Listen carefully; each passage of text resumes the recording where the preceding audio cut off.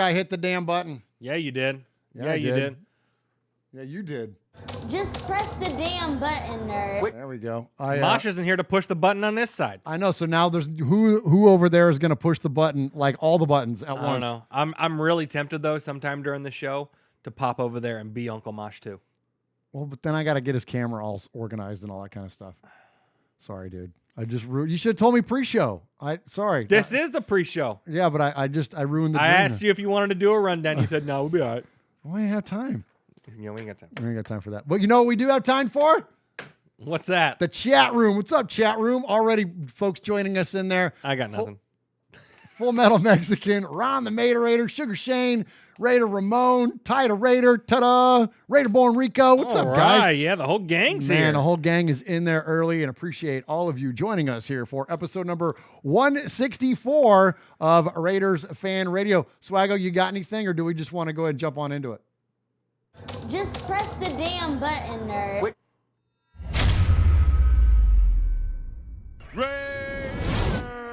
Oakland, LA, Oakland, Vegas, Raider Nation, wherever, forever. You got your old Uncle Mosh and Raiders Fan Radio from Murph's Man Cave, taking a lighter journey into the dark side. Sit back, put your feet up, pop a top, and enjoy the ride. Here we go! Look left, look right, look off, a leaping pass, touchdown! We miss you.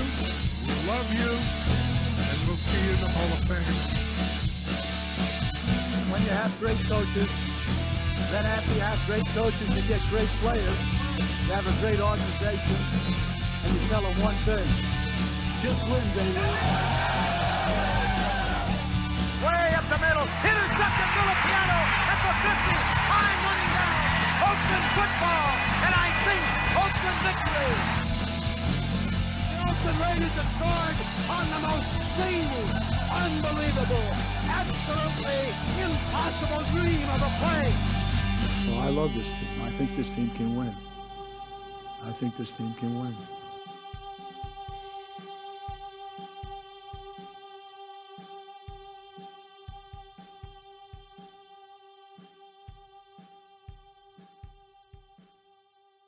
What is up, Raider Nation? Your buddy Murph back once again for what we hope to be a fantastic episode of Raiders Fan Radio.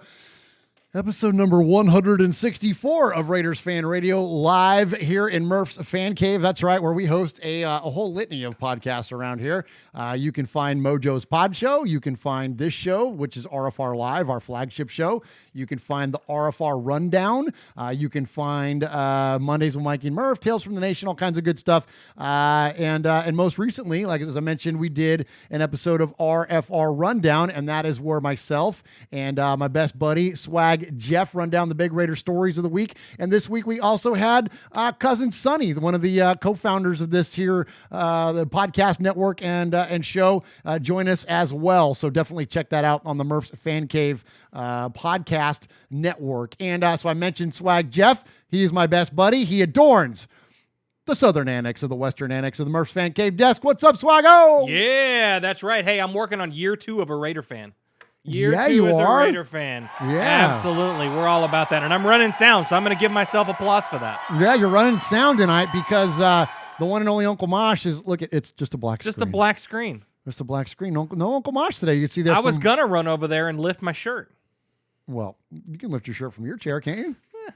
Maybe. You might have to. You might be called upon because at some point someone's got the to show. brandish a belly button on this on the show. Well, apparently. yeah, but we got to tease him a little bit first. Yeah, That's you what do. Uncle Mosh does. Yeah, he gives him the underbelly first before going the full Monty. He's out of control, man. All right, so we're missing Uncle Mosh tonight. He is out. He's not feeling well, but it's not the thing. It's not the virus. He's got allergies and whatnot, and plus the man is like he still works like crazy. He's so dedicated to his job. Oh my gosh, yeah. And so anyway, he's taking the night off. He's taking some paid time off, is what we decided. Yeah. That he's taking a little PTO leave around here. You get a little bit with the fan cave with our what do you call it? Our human resource policy. We provide you PTO here in the fan cave. Yeah. He gets 3 sick days and and 3 personal days. That's right. Yeah, exactly right. And, You know? and all the donuts on Fridays. Absolutely. Absolutely. Yeah. So, hey, so appreciate you joining us here tonight. If you want to join us live on this show, you can do that by joining us at youtube.com. America, go to the YouTubes. America, go to the YouTube right now. That's right. And it's youtube.com. That's a weird deal going on there. I don't know what's happening. That's my new favorite sound clip. Do it again. That's a weird deal going on there. We could do the whole thing. You could do the whole thing. You go. Join Murph's Fan Cave. America, go to the YouTube right now. That's a weird deal going on there. Just a weird deal going on there. This is like when your Alexa talks to your Google Home. Would you just have your virtual Bernie and virtual Trump going at it? Yeah, there absolutely. You go. Yeah, just don't get or do the sleepy Joe Biden. You got one of those too. I do. Yeah. Where's that at? It sounds like crickets. Oh, there you go.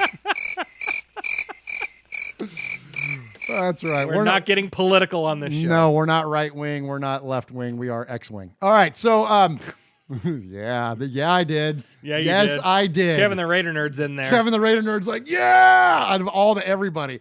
Yeah, he's the only one that got that joke. All right, Swago, speaking of that, we got a lot of folks in the chat room tonight. Shout them out. Yeah, speaking of weird deals, we got Full Metal Mexican. We got Kevin the Raider Nerd, Aaron the Q-Dog Raider, Fabricator Gil.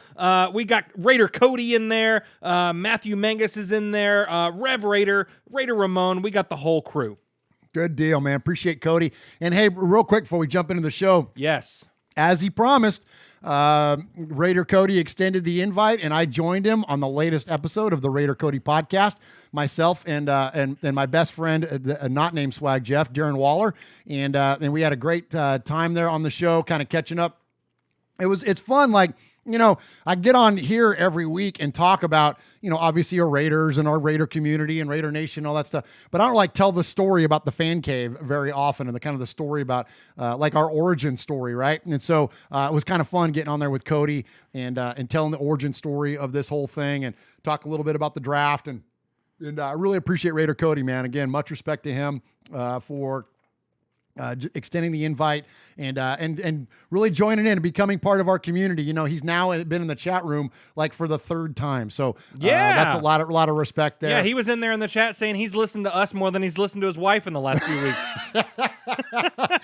All right, we'll take it. Well, yeah, we appreciate that, man, and look to hear Cody and maybe even see him too. There you go, Cody. Swago and I were talking earlier. We might have to get you on live. We're thinking about getting you on live for an episode of RFR Live. Yeah, absolutely. We talked about because we do RFR conversations where we kind of dive in with guests, and that's where most of our guests on this show are on the conversation. But we're going to go live with Cody. I think we've made the decision.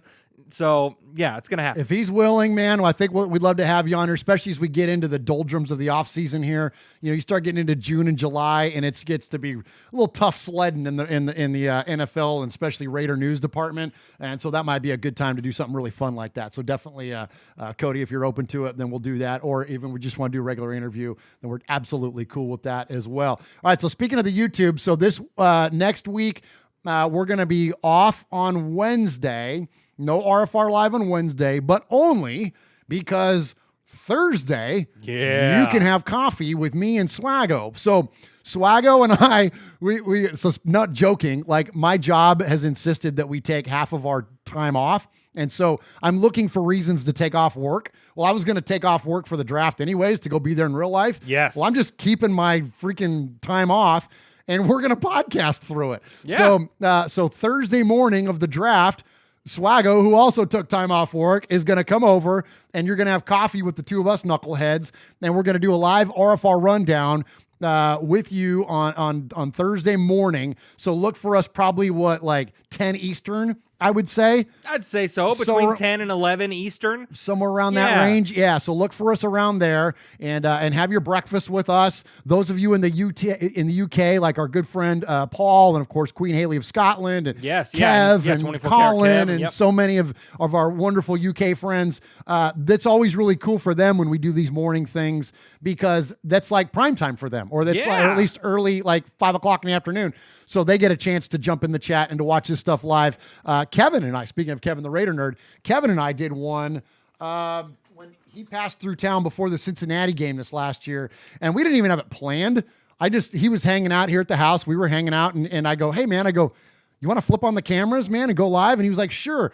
And I don't know, we had like 50 of our friends jump in and in the chat room live with us, and a lot of our UK folks, and it was really fun. So so definitely look for us to do that on draft morning. And we might have to put Bailey's in our coffee, because we're going to be preparing for what's going to be happening later in the day. Yeah, I know, right? So speaking of that, tell us what's going on later in the day, Jim. Yeah, so I think 4 o'clock Eastern, 4 or 5 Eastern, we're going to be jumping in with Mojo on the Pod Show Network. We're going to be getting with him and Raider Dave from the Grimy podcast, and we're gonna live stream the draft. It's going to be fun. Yeah, man. Murph's Fan Cave style. Absolutely. Going to be fun. So Sonny and I, we started doing this a couple years ago, or it's been like 4 years ago now, where basically we just kind of went live and like watched through the first round and kind of talked through the first round and reacted live to the picks. And it was a lot of fun. So this time we're collaborating with our friends Dave and of course Mojo on Mojo's channel. So just look for Mojo's Pod Show, and we'll be there on his channel. And if you don't have a chance to see that live, then we're going to have the audio of that show here on the Fan Cave feed. So for those of you that subscribe to us on the podcast version of the show, you'll be able to listen to it that way. So look for that. Look for a ton of us. You're going to get sick of seeing these faces made for radio by the time we get to the end of Thursday. But man, it's going to be a lot of fun, dude. Oh my gosh, it's going to be great. It's going to be a lot of fun. It's going to be great. We need to get a camera in front of Capo at some point, just so we can see his face reaction for the first pick, because his face reaction with the Cleveland Farrell pick. Who was it? F to the E to the R to the R to the E to the L to the L. It ain't Farrell. Hey, I'm telling you what, that was gold. It absolutely was gold. It's so good. So we have a draft vlog from the 2019 draft is on our YouTube channel. And yeah, I got Q and Uncle Mosh's reaction to the Farrell pick live, and it's pretty funny. It's pretty funny stuff. And so you can check that out there on our feed. All right, so that's kind of all the programming notes. One more thing for you, for those of you that have listeners of our show already, you already know this, but for those of you that are new, and we get new listeners every week, we like to here at Raiders Fan Radio want to give back always as much as we can. And one of the ways that we do that is through fundraising. And we last year raised money for the Biletnikoff Foundation. Yes. This is Fred Biletnikoff, obviously, Super Bowl MVP for the Oakland Raiders, a foundation that he started in remembrance of his daughter Tracy that was taken from us way too soon. He built this foundation in her name, and it's a wonderful foundation. They give back by providing safe places for at-risk young women who are at risk of substance abuse and domestic issues and whatnot. And it's also rehabilitative. Like it's just a wonderful, wonderful foundation. So anyway, so we sold T-shirts and we sent you to different links and things for when you bought your Raider gear. That the money that we would get kicked back, we kind of all put it all together, and we ended up raising a couple $1,000 last year. And so nice of the Biletnikoffs invited us to present the donation live at their annual Crab Fest dinner that we attended this last November. And so anyways, there's this wonderful experience. Well, we knew that we were going to do it again this year, but we didn't know who exactly we were going to give to. We didn't know if it would be Biletnikoff again or another foundation. And so I can very proudly announce that we are going to, this year for fundraising, we are going to give it to the XOXO Foundation, which is Kenny Stabler's foundation. Yeah, absolutely. Absolutely. So we met Kendra Stabler, who's Kenny's daughter. We met Kendra at the Biletnikoff Foundation dinner this last year. Yes. Chatted with her for quite a while. Absolute awesome lady. I mean, so funny and like fun to talk to. And so and then Aaron and I ran into her at the tailgate for the game. She was walking around and we bumped into her and took a picture with her and stuff like that. Yeah, and she was like, "Hey, how are you? Hey, good to see you again." And all that was great. Oh, She's that's awesome. cool. That's right. I forgot about that. She is awesome. So what is the Stabler Foundation? So it's a nonprofit founded by former NFL quarterback Ken Stabler. In 2015, the nonprofit took up a cause that directly affected the foundation's chairman, which is sports-related brain traumas. So the foundation's initiative, the game plan for change, is focused on changing the course and culture of contact sports to increase sports safety and reduce brain trauma in athletes. To facilitate the change, the XOXO Stabler Foundation funds research on brain-related diseases, methods of treatment and prevention, and educational research. So look, I'm rocking my Kenny jersey now. There's no shortage of Stabler memorabilia behind me. He has been absolutely, from the time I knew the Raiders were a thing, my slam dunk all-time favorite player. And knowing now we've gotten a chance to know Alexa Stabler, another one of Kenny's daughters, that she lives down in Alabama. She's a sports agent. We met her at the Senior Bowl, and now getting to know Kendra and getting to know the family and getting to know the Stabler legacy. But not only was he a great football player, obviously that's the thing that drew us to Kenny, but then you learn about who Kenny was, and then you learn about the family legacy that he leaves behind. And we're so very proud to be able to partner with them, with this organization. And very soon, Raider Nation, we're going to have some new swag. We're going to have some new gear for you to be able to buy online on our websites. We're going to have some new links for you. We're actually going to partner. Previously, we were partnered with NFLshop.com. We're going to partner with the Fanatics folks. So Fanatics is going to be our website. I'll have links coming up for you on that soon. So when we have all that, we're ready to roll it out. Raider Nation, we need you to show up and show up big like you always do. And all of the money, 100% of the proceeds from everything that we do will go together and be presented. I don't think they have like a thing. It's not like we're going to present this live like we did last time. This will just be us, scratching the check. They do a golf tournament, I think you said last week. So I don't it's know like in the that's... summer though, right? So we'll need to pool our money all the way up until the end of the year. So, because typically we want this to be like around the holidays kind of thing. I don't know. That's the kind of stuff we ain't gotten to yet. Yeah. It would be nice if we had somewhere to present it live, but that's not the reason we're behind it. We just want to get the money to the foundation. So anyways, Raider Nation, we're going to need you to show up big on this thing soon. And we know you will. And let's see if we can outdo ourselves. Last year, we gave $2,000 on the nose to the Bolitnikoffs. Let's see if we can beat that this year. Let's see if we can beat that and make a donation on behalf of the RFR listeners. It's not on behalf of us. It's on behalf of you. Let's donate that to Kendra and the XOXO Stabler Foundation and show them what's up here. Yeah. And speaking of swag. Yeah, man. Speaking of swag, we need to get to 2,000 subscribers on YouTube. Yeah, man. Plain and simple. Let's go. We need to get to 2,000. We need to get to 2,000. And if you do, you have a chance to win some swag. Yeah. You have a chance to win some swag.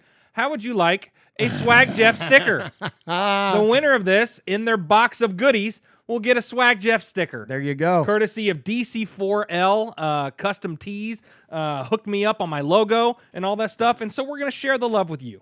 That's so cool, man. And, I talked to our buddy Raider Jeff Hankins, former proprietor of Dead Pirate Sports, and he's like, Murph, I got a box of loot. I got a treasure chest there, if you will, of a bunch of Raider stuff that I need to get sent your way. Do with it what you will. And I said, well, dude, we'll give it away, and we'll definitely promote whatever Jeff has going on. But for you, whoever, and you know what? I know Jeff, and he sent us boxes of Raider gear before. We'll probably have enough to give away to like multiple people. Oh, so yeah. We're like way less than like 200 needed to get to 2,000. So y'all start subscribing, and we'll probably end up picking a few of you. One of you will get the Get Made shirt that's autographed by us three knuckleheads. But we will look. I'm gonna hook you. We hook you guys up. What I just get done saying. We're all about giving stuff away. Yeah. We're all about giving it back. Everything we get in this big treasure chest of stuff from Jeff, we're going to give it away. So y'all please hit that subscribe button, smash the bell, as the kids say. And then next thing you know, you will have some Raider gear on the way. Speaking of Raider gear, I gotta take a second to shout out my boo. I got to shout out my boo, though. Hey. I got to shout out my boo, Max. Max. So Max sent me a really cool picture of her in her Raider sweatshirt. And so we used it. We put it out there on our social media and said, it's Wednesday. Max is in silver and black. It must be show night, man. So because we're all about Max around here, Jeff. We're all about some Max around here. That's right. Absolutely. And you know what? Speaking of Max. Yeah. Our second favorite Max. After your boo. After my boo. After your boo, Max Crosby. Your boo. My boo, Max Crosby. We have a personal connection. Yeah, we have a personal connection. So Josh Dubow put out a poll, And apparently 80.5% of the people that took this poll believe that Max Crosby will be the 13th player to start a career with 2 straight 10-plus sack seasons. Right on, 13 man. players in NFL history. Have ever done that? Have ever done that. Okay, so who are the 13 ever? I'm guessing there's some big ones on there. Yeah, there's some superstars. Von Miller. Von Miller's on there. Like Bruce Smith, maybe? No, Bruce Smith. No Bruce Smith. So do you want me to just read you the list? Yeah, give it to it. Yeah, instead of everybody sitting here listening to me guess, because that's not riveting radio. Go ahead. Joey Bosa, Von Miller, Alden Smith. Wait a minute. So all the guys that have sacked our quarterbacks. Yes. Okay, good. Go ahead. Yes. Joey Bosa, Von Miller, Alden Smith, Clay Matthews, Sean Merriman, Terrell. Oh, gosh. Yeah. Like literally all these guys that sack our quarterbacks. Yeah. Okay, go ahead. Terrell Suggs, Kevin Williams, Dwight Freeney, Javon Curse. The freak? Yeah. Burt Grossman, Derek Thomas, and Garen Veras. That really is scary how many of division rival pass rushers there are. Yeah. On there. That's crazy. Yeah. It's the revenge of the Raiders right here, I Max know, right? Crosby. Yeah. Come on, Max. End up on this list, buddy. We would love to see that. That's a great stat, Jeff. Good call. Did I ever tell you about the time I tackled Javon Curse? Did you really? I really did. I tackled him at a charity event. I'll tell you that story another time. I really did. I really did tackle Javon Curse. It was funny. That's awesome. Yeah, it was good. All right, so we announced Stabler Foundation. You got the rundown on our show. So this is episode number 164 of Raiders Fan Radio, and we always tie our episode number back to something significant within Raider Nation, and the man with that responsibility is Swag. Jeff, what you got this week? Yeah, absolutely. Well, we are going to 1986. 1986, the NFL draft. It's almost draft time, so we thought we would bring out a draft stat. Nice. So with the 164th pick of the 1986 NFL draft, Raiders select out of Syracuse superstar guard Doug Marrone.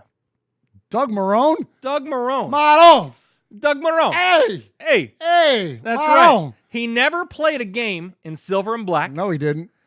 But he's down south currently right now, dancing around with Minshew Mania. No, he's not. Yeah. That Doug Marrone? Yeah, Doug Marrone. Nuh-uh. Doug Marrone.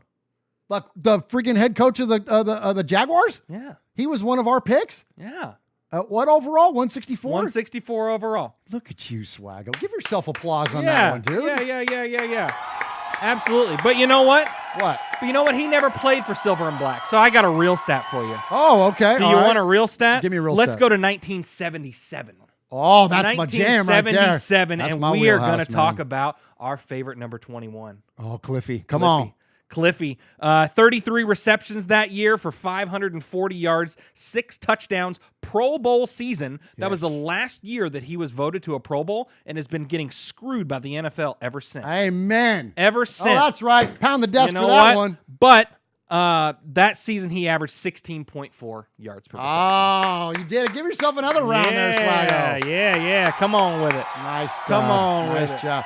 So if you want to hear about what our feelings are about Cliff Branch getting screwed by the Pro Football Hall of Fame, you can go to the last episode of the RFR Rundown, not the one that posted today, but the one prior, and Murph gets a little wound up about Cliff get. I'm not going to get on it again. Cliff gets it. It's sad that he's gonna make it in, and it's gonna be silly. posthumous, and it's gonna freaking hurt, just like this one did, just like it did for Kenny, because he should have been in there already. And anyways, I won't get on that whole thing because it'll be fires me up. All right, hit the contact info and let's get into it. All right, boys and girls, pay attention. You got your old Uncle Mosh here with an update. That's right. I got some stuff for you. Take out a piece of paper, a pencil, a pen. Heck, use your pocket knife and carve the info into your dashboard as you're driving down the highway. First off, you need to like us on our fan page on Facebook. That's right. Go to Facebook at Raiders Fan Radio Podcast. Don't forget about the Twitter. You know your old Uncle Mosh, he twits now. That's right. Go to at Raiders Fan Radio. Also, don't forget the Instagram at Raiders Fan Radio. Or what about our website? That's right, RaidersFanRadio.com. Heck, if you want to, you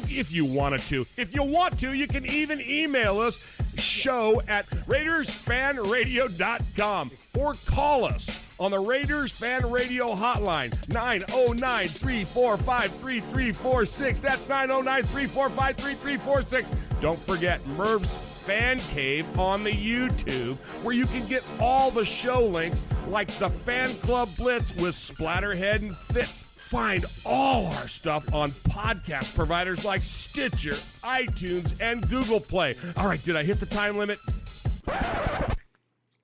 Good.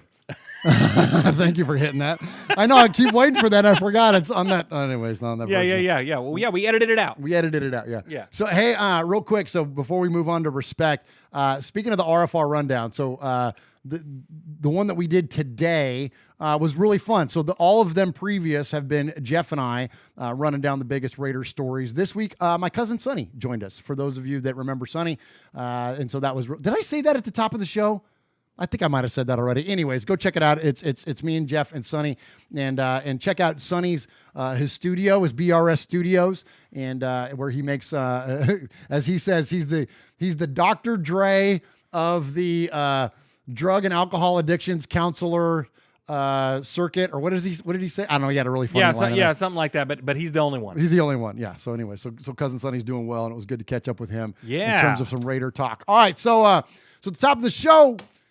Top of the show, I say, we've been doing for 26 minutes. At the top of the show, we give respect. We don't do props. We don't do shout-outs. There's nothing wrong with those things. But around here, we're Italian a little bit. So we give respect. So I want to give respect to a couple guys this week. So first, I'll give it because I already kind of gave it at the top, so I'm just going to repeat it again. Raider Cody, thank you for the olive branch. Thank you for reaching out. Thank you for being a good spirit. Thank you for joining in the chat. Thank you for the way that you've interacted with our listening audience. And I'm not dumb or arrogant enough to know that we don't share a lot of listeners. Like I know tonight, also in the chat, like the pillaging guys. Yeah, pillaging guys are in there. Those are like these guys are like real life friends of ours, and so this is the family. Kenny from pillaging always says that a rising tide lifts all ships, and so this was a really cool opportunity this last week for me to join Cody and not only tell the origin story, but chop it up about the Raiders. And so thank you to him and much respect to you. Okay, but outside of that, internally, we're going to turn inward for a minute. So our buddy Raider Ramon. Now, Raider Ramon's been part of our show for a minute now. He's one of the made men. Ramon is one of the guys he's gotten respect before because this guy legit has Raider ink that says on his bicep, it says made men under his Raider tattoo. Yeah. Like Ramon is the first one to ever get RFR ink, or at least halfway related to us. And so that's like, he's pretty much top of the respect food chain. Yeah, for he that. went all goat for that. But yeah, for sure. I mean that's pretty as high as you get. But Ramon is very talented as a meme creator, and he's actually trading paint with the Mayocks now. Like he's been talking to them. He's talking to Lee and Amanda, and it's so like his talent for this stuff is getting recognized. Well, I want to give him respect because a couple weeks ago. You guys know around here, we do the whole Mount Rushmore thing we talk about all the time, greatest this or that, whatever. But so he made a Mount Rushmore of us. And there it is. Swago's got it on his camera there. So you might have to dim your screen a little bit. It goes from left to right. It's me and it's Mosh. There you go. It's me and Mosh, and then there's Swago, and then there's Sonny. As Mount Rushmore. So awesome. It's so funny, man. So much respect to you, Raider Ramon. It's so funny, man. And we appreciate you. Appreciate you being a loyal listener, loyal made man, and always in the chat. Always funny. Ramon is also, I'll tell you this, in terms of Mount Rushmore of funny. Oh my gosh. Of our community, of our RFR fandom, Ramon, I wish we heard from you more in calls. Because your texts and your tweets and your chat comments and stuff. He blows it up in the chat. He's the funniest dude. Like, he's on the Mount Rushmore of funny guys, man. Yeah. He's so funny. So yeah, he's awesome. So we appreciate you, Ramon. Much respect. All right, Swago, we also got a tweet every week. What do you got this week? Yeah, so the tweet of the week comes from Vic Tafer. Vic? Yeah. But he's a pro. Well, he tweeted about something that's near and dear to our heart. What, Raider football? Well, no. Oh. But the next best thing. What? Deli food? Bingo. Bingo. Absolutely. Vic Taper says, just had a great sandwich at Domenico's. You Alamedians have it good. Nice. And so we have a Domenico's here in Middle Tennessee with us, their second location, and we love it. And shout out to Jeff Murphy. And yeah, so that was near and dear to us. Absolutely. So, you follow Vic Tafer for all the Raider news, and then you pop it open your Twitter feed one day, and he's got comments in there about, and I tweeted him back, him and Josh Dubow both. They were like, talking about Domenico's and how good the food was. And I hit him and I was like, hey, we got the other one is here in our little town. Yep. Jeff, all-time Alameda high school passing leader, came and played his college ball at MTSU, decided to stay, and then opened up the family business after his playing career was done. Absolutely. So absolutely. So shout out to Jeff and his lovely wife Scarlett and Domenico's. We love Domenico's. They often feed us. Every show day. Yes, they are our craft services, as we like to kid around about. It's the best food. So if you have access to them, either on the West Coast or if you're here in our little neck of the woods, definitely hit them up. Absolutely. And you know what? And an honorable mention for Tweet of the Week. Okay. And also respect. Oh, okay. It's going to go to our quarterback. Derek? DC4. Really? DC4. He took to Twitter, and people tweet him all the time, and he gets a lot of hate on socials. He gets a lot of love, but he gets a lot of hate. But you know what? He takes time to answer tweets from kids and stuff like that, which is cool. So that's the part about Derek that is undeniably what we like about it. It's so good. Yeah. So he has a couple tweets. A guy tweets him and says, "Hey, shout out to my boy Derek Carr, been my favorite player since the 9th grade." And he goes, "Hey man, I appreciate you. Don't care about the noise anymore." Blah blah blah. But it's all good stuff, man. I just like it, and I have much respect for a guy that can go to Twitter and and give positive words of affirmation and stuff like that to kids out there. It's great. All right, now let's follow up on this though. We didn't even have this as a segment, but we're not under time constraints tonight. Let's let this one breathe for a minute. Okay. So in chat room, we want to hear from you on this because I don't want to just sit here and spout off. Okay. But I want to ask you, Swagga. Okay, so you're right. So you read the one about Derek Carr answering the kid. There's also been another one that he wrote this year. Post that, someone tweeted him and he said, "I don't know what happened, but I like this new car." All right. Derek Carr responds on Twitter, "Have always been here, bro. Don't let people fool you. We need to get back in the playoffs and make a run. Energy, mentality, work is always here. I love this team more than anyone," on capital letters. "I've never done anything but give my heart for this place. We are coming back. Have to." All right. Now listen, I dig the passion. I dig it. That's the way you would think an NFL quarterback should operate. Yes. Here's what we talked about on the rundown, and we've talked about it numerous times on different shows. Derek Carr is a human being, and human beings can become complacent if they're not motivated and or challenged or pushed in some way. It's the reason that the Bible tells us iron sharpens iron. Absolutely.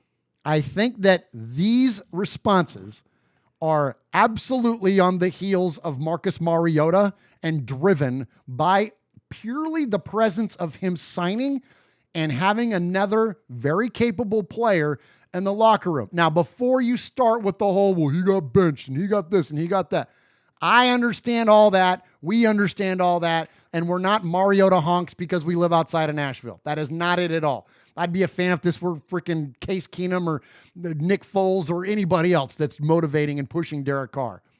But the difference between those guys and this guy that is sitting behind now, Derek Carr looking over his shoulder, is that this guy has been to Kansas City in the playoffs and come back from an 18-point deficit and beat the Chiefs. Now, the more naysayers will say, well, yeah, that was Alex Smith's Chiefs. Well, yeah, well, guess what? Alex Smith's Chiefs used to kick our ass too. So what I'm saying is that, right? Am I wrong, Jeff? Like, yeah, you're right. Okay. Back up from the mic, bro. Oh, sorry. I'm screaming at you. You're screaming at us. All right. So here's the thing, guys. I like this Derek, and I hope that this sustains. Yeah. But here's the thing. Emotion doesn't sustain. Yes. Mindset, work ethic, dedication, those are the things that sustain. If you're just going to get riled up because there's another dude in the room that's going to push for your job, that's not sustainable. Yep. Let's hope that Derek adjusts his mindset. And I'm not making this stuff up, man. This is not Murph theory. These are things that I've learned and gleaned over time, being 47 freaking years old and gone through it and studied a lot of this stuff. I'm not just like reeling this off like crazy talk here. This really is true. And this goes for all of us in all facets of our lives. You can't operate off emotion. You have to operate off mindset. And if Derek doesn't have a shift in his mindset, guess what, man? You might not be the freaking starting quarterback anymore. So I'm rooting for you. We're all rooting for you. He will be my favorite quarterback in the NFL until the day he's not a starter. And then the next guy will be my favorite. Yeah. If it's Deshaun Kaiser, freaking Mike Glenn, I don't care. Right. Whoever's the Raiders starting quarterback is my favorite quarterback. Whoever QB1 is our favorite. Is our favorite quarterback. So absolutely. So Jeff, give me your thoughts, and in the meantime, chat room, weigh in on this, man. We want to hear from you. Yeah, absolutely. We got everyone. Samoan Raiders in there now too. We've got our podcasting and YouTube family in here. Right on, yeah, man. all together as Raider fans. But you know what? And I do appreciate the fire. I appreciate the fire that Derek Carr says in those tweets and all that stuff. But you know what? Show us. Show us on Sundays. That's right. Show us on Thursdays. Show us on Mondays, because you know what? The last few years, we don't see it. I mean, there's flashes of greatness, but you know what? Let's go. It's time to go. It's time. It's time to go. You said we need to win a playoff game, then go win us a damn playoff game. You know what I'm saying? Get everybody off your ass, Derek. Yes. Silence the haters, not on Twitter. Don't do it on Twitter. Do it on freaking Sunday. Come on, Jeff. Do it on freaking Sunday, because you know what? I have a stat. Okay. I have a stat since 2015. Okay. I have the stats of every year of his percentage of yards gained through the air versus after the catch. Oh, interesting. Okay, so upon completion, whatever. So the yards after catch for a wide receiver still counts towards the quarterback's total in terms of passing yards. Yes, absolutely. Okay. Yeah. So this is in the air. In the air. So in 2015, 55% of his yardage total was through the air. 2016, 50.6%. 2017, 50.9. 2018, 48.4. 2019, 45. Wow. You know what? So we're talking steady decline regardless of the John Gruden influence in the West Coast offense and all that stuff. Absolutely. Absolutely. And, and so now in 2019, a majority or a bunch of his yardage was Darren Waller running down the field or Hunter Renfrow catching a slant and screaming down the field. You know what? Show us, man. It's step up time. Because you know what? MM8, right behind you, he's hungry. Yeah, absolutely. He's hungry. He is. That's good stuff, Swag. And, that percentage is second lowest of air yards in the last year. Only Garoppolo is lower. Only across the bay there. Oh, wow. Yeah, only Jimmy G. Jimmy GQ there. Very interesting. And you know what? And I'm gonna throw a little tease out here. Okay. I've come across some killer data that I don't have ready for you tonight. I'm teasing it because I'm gonna have it out for next week. We talk a lot about Derek's numbers, and we're proud to have him as our starting quarterback. That's undeniable, and I'm proud of the stats that he's accrued. But the funny thing about stats is that without context, they're just numbers. You know what I mean? You can interpret them in a multitude of ways. And I've cracked the code. I found out what it is that, despite the numbers, what it is about Derek that still is unsettling to us as times at fans. I've found it out. I've come across some amazing data through some of the NFL research guys, and I'm going to compile that. I'm not going to get to it tonight again. We're going to get to it next week, and it has everything to do with Derek Carr in the fourth quarter when the team is down. Oh. And this is going to blow your mind. This is good stuff, and I won't take credit for it. I'll take credit for interpreting it and presenting it to you all, but I won't take credit for compiling it because the real researchers did that. Yeah. And it's fascinating. It's absolutely fascinating. But that's for next week. As for this week, let's do some Raiders and pop culture. First, let's hear from our boy Max. Ooh, Max. Hey, Raider Nation. This is Max Crosby from the Oakland Raiders. And goes down, and Max Crosby, who forced a fumble last week. You're listening to Murph, Mosh, and Swag Jeff on Raiders Fan Radio. Thank you so much. Just win, baby. All right, what's up, Max? Thank you, appreciate that. And yeah. And so around here we do a feature called Raiders in Pop Culture, and where we take, sometimes the Raiders end up on, songs, of course, a lot, you know, as part of lyrics or movie references or commercials, or in this case, on TV shows. So this was sent to us by good friend of the show, part of Jeff Nation, Jeff Barnett. And he sent this to us on Facebook. And this is, Jeff, do you remember the show Married with Children? Oh, yeah, absolutely. Was Kelly, how early in your like fan crush, like actress, like pop star, how early was Kelly Bundy in your crush? Were you old enough by then? Because like Sonny, like that's his, like Kelly Bundy was like top. Like Samantha Maselli was mine from Who's the Boss, Alyssa Milano, right? So like Kelly Bundy. And who was yours? If it wasn't Kelly Bundy, who was yours? Who's your crush? Like your early celebrity crush when you were a kid? The Pink Power Ranger. The Pink Power Ranger? Yeah. When I was like, when I was like 5-6 years old, and then I don't know. The Pink Power Ranger. That's kind of a letdown one. Hey, Vinny! Come here, son! Vinny, go over and get on Jeff's mic there. Okay, Vinny's 14. Come over here, Aerosmith style. Vinny's 14. Get in there, Vinny. Get in there. Get me nice and deep. Yeah, there you go, like that. Yeah, man. Vinny, you're 14 years old. Who was your first celebrity crush, like from a movie or like, you know, like a singer or something? Speak loud. Get in the microphone so we can hear you. Hermione Granger. Oh, Emma Watson. There you go. That's a good one. Okay, there you go. Good call. That's way better. Have you ever seen the Power Rangers, son? Yeah, that was my thing for a while. What about the Pink Power Ranger? Is she pretty? He's too young for the OG Pink Power Ranger. Don't be hating on the Pink Power Ranger, okay? I'm just saying, Jeff, like that was a little bit of a letdown. It's a little bit of a letdown. Thank you, Vincent. Of all the people, it's the Pink Power Ranger. Seriously, go put some drawers on. Get on out of here. Get on out of here, Thank you, Vinny. All right. Okay, Murph. Who was your childhood? I told you, Samantha Maselli, man. Who's the boss? Alyssa Milano. Oh my gosh. That was one of the early ones. I've had a bunch. Yeah. Yeah, but no, she was one. I went through a Jessica Alba phase, big time. Jessica Alba, big time. Nice. That's big a good time. Like pull. middle school. And she's a Raider fan too. I love that about her. That's a good one. That's a good one. Heather Thomas was a big one for me from The Fall Guy. Okay. Yeah, chat room. Let us know, man. Who are your early celebrity crushes there? Yeah, Heather Thomas, Samantha Maselli. I say Samantha Maselli. Raider Born Rico with Cindy Crawford. Cindy Crawford. That's a good one. That's solid. Solid pull. Vanna White was a good one. That first girl poster I ever bought was a Vanna White poster. Vanna White laying in the hay. Nice. Yeah. Nice. Yeah, I love that. Yeah. Elle McPherson was a big one. High school. When I was in high school, the Sports Illustrated swimsuit calendar was a big thing, and Elle McPherson. Molly, was it Molly Sims? Yes. Mm-hmm. Oh my gosh. Yeah. Lord. Yeah. Tyra Banks. Oh, all that kind of stuff. Tyra. Bruh. In her. All right. Bruh. Easy. All right. Let's go. All right. Sorry, I'm gonna need the wipes here in a minute. Like for my glasses.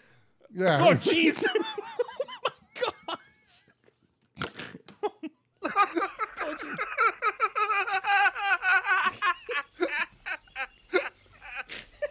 And now for something completely different. Oh my gosh, you're killing me. Oh man. All right, we get my wife's here in a minute. All right, so Raiders and pop culture. So back to Kelly Bundy. And so this is a great episode. So the episode is from 1994, season 9, episode number 10. And this is called the Dud Bowl. And this is when Al meets up with his old rival in high school, and they challenge each other to a football game. And so the whole deal was no ringers, right? So you can't have anybody that's like a professional player show up. Well, sure enough, the team that they're playing against has a bunch of professional athletes there, and 2 of them are Kenny Stabler, what's up, Snake, and Rod Martin, linebacker for the Raiders. So I kind of cut together 3 clips here from the show. So let's check in 1994, Married with Children. Hey, Al, I'd swear that's Rod Martin, Hacksaw Reynolds, and Kenny Stabler over there. Jefferson, there's nobody over there but pink punks. And what do Polk High Panthers do to pink punks? Polarize the powder puffs! That's right. Bubba! Oh, no. So, just going out for some milk, huh? Well, the Snake, LT, and Hacksaw were gonna play. If I didn't play, they call me a sissy and give me the business. Holy moly, here come the laughs. Talking about your fearsome foursome. Well, Baby, have I told you lately how pretty your eyes look? oh, really? And what color would they be?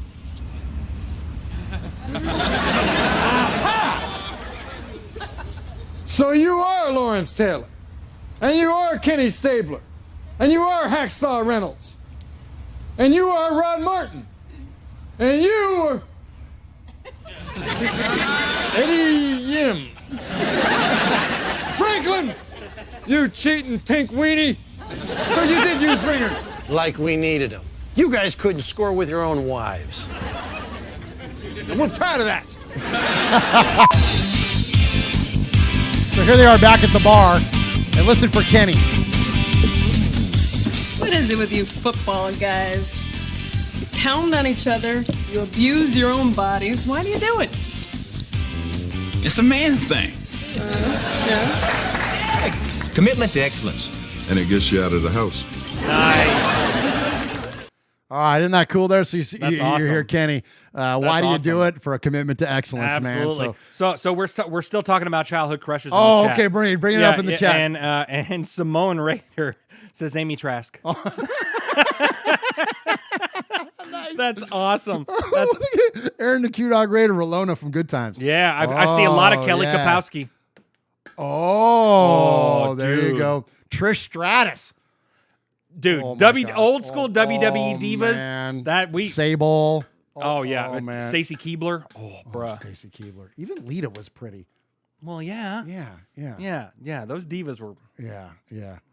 Oh, like this is good. This is a good topic. This We is a gotta good do a topic. Mount Rushmore of this one. Yeah, right. Oh man, I'm I'm surprised you telling didn't bring up Princess Leia. Well, in the in Return of the Jedi for sure. Well, yeah. Yeah, absolutely. Yeah, rawr, yeah. Yeah, But not like in The Force Awakens or anything like that. no. Oh, weird. I mean, unless you're into that kind of thing. I don't know. It might be.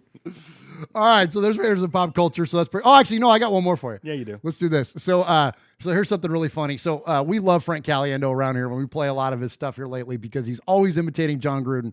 So, Jeff, you're familiar with the Avengers Endgame, as I'm sure many of you are. It's one of the highest grossing movies of all time, if not the all-time domestic, whatever the heck it is. So I know everybody in the chat's seen it, and I'm sure all of you listening have seen it. So, there's the famous scene at the beginning of the movie where Tony Stark is talking to Piper Pepper Potts, and he's talking into his Iron Man mask, and he's basically telling the story of the dwindling supplies and about basically how at the end of this thing, he's probably not going to make it, and it's his final message to his wife and to the love of his life, right? And so this is Frank Caliendo as Robert Downey Jr. doing the narrative around him being stuck in quarantine in his house with his daughter. And now, so at the end of the scene in the Avengers, it's the light of Captain Marvel, right? That shines into the cockpit and wakes him up and is basically the saving grace. So at the end of this thing, it's his daughter showing up with a 4-pack of toilet paper as like the big thing. But in the meantime, though, the reason that I'm playing it and the reason that it's Raiders and Pop Culture is that listen for the Raiders references because it's pretty funny. Is this thing on? If you find this recording, don't post it on social media. It's going to be a real tearjerker. Today's date, 22 of the quarantine. If it wasn't for the existential terror of staring into the literal void of my stock market portfolio, I'd say I was feeling a little better today. The boredom infection has run its course thanks to the blonde meanie over there. She's small, but powerful. Kind of like a mini John Gruden. Knock on wood if you're with me. We've played all the board games. Boggle, Battleship, Apples to Apples, Candyland, Connect 4, Clues, Stratego, Trivial Pursuit, Genius, Billionaire Playboy Philanthropist Edition, and that gymnast thing, whatever that was. And now supplies are running short. We finally found ourselves a 4-pack of Charmin. Problem is, we're a family of 4, and that was 2 weeks ago. Toilet paper will run out tomorrow. And, that'll be it. I know I said no more surprises, but I gotta say, I was really hoping to pull off one last one. Should probably lie down for a second. Go rest my eyes.